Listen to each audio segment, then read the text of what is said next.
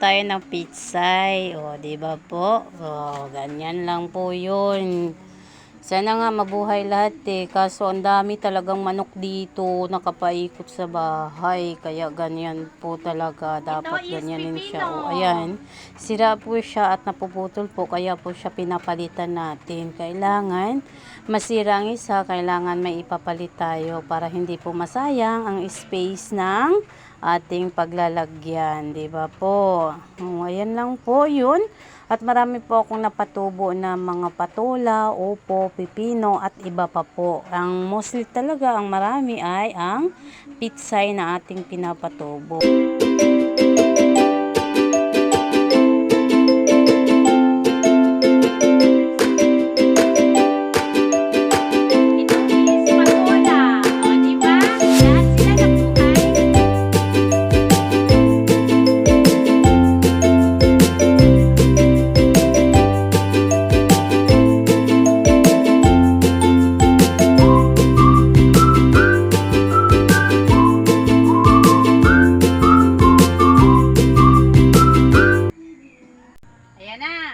Natapos na tayo, ay syempre, pagkatapos ilipat, kailangan nating diligan para yung ugat niya kakapit sa lupa na pinaglipatan natin.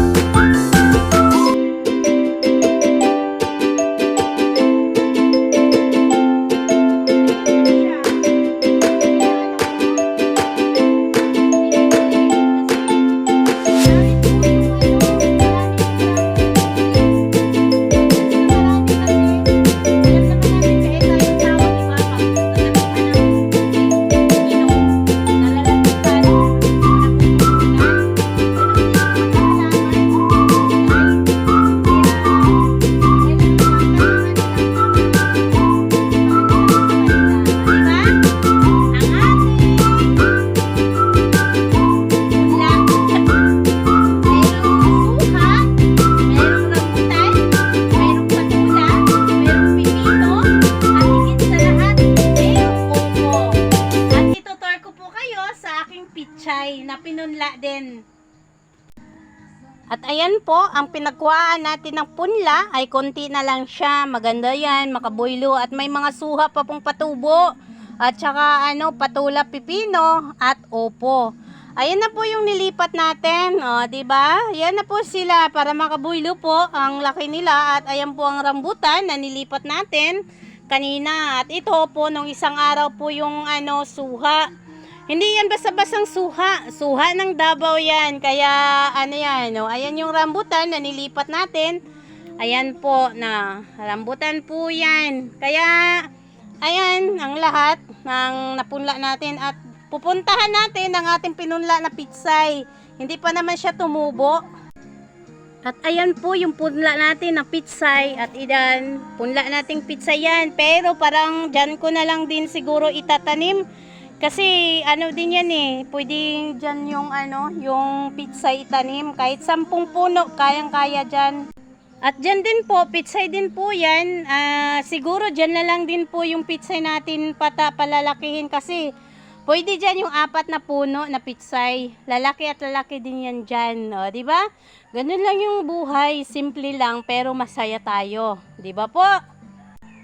Ganun lang ang buhay. Ayan o. Yan yung aking tanim. Asan na ba yun? Hindi ko na makita. Ayun. Diba? Thank you all for watching this here video. Please like and subscribe and follow.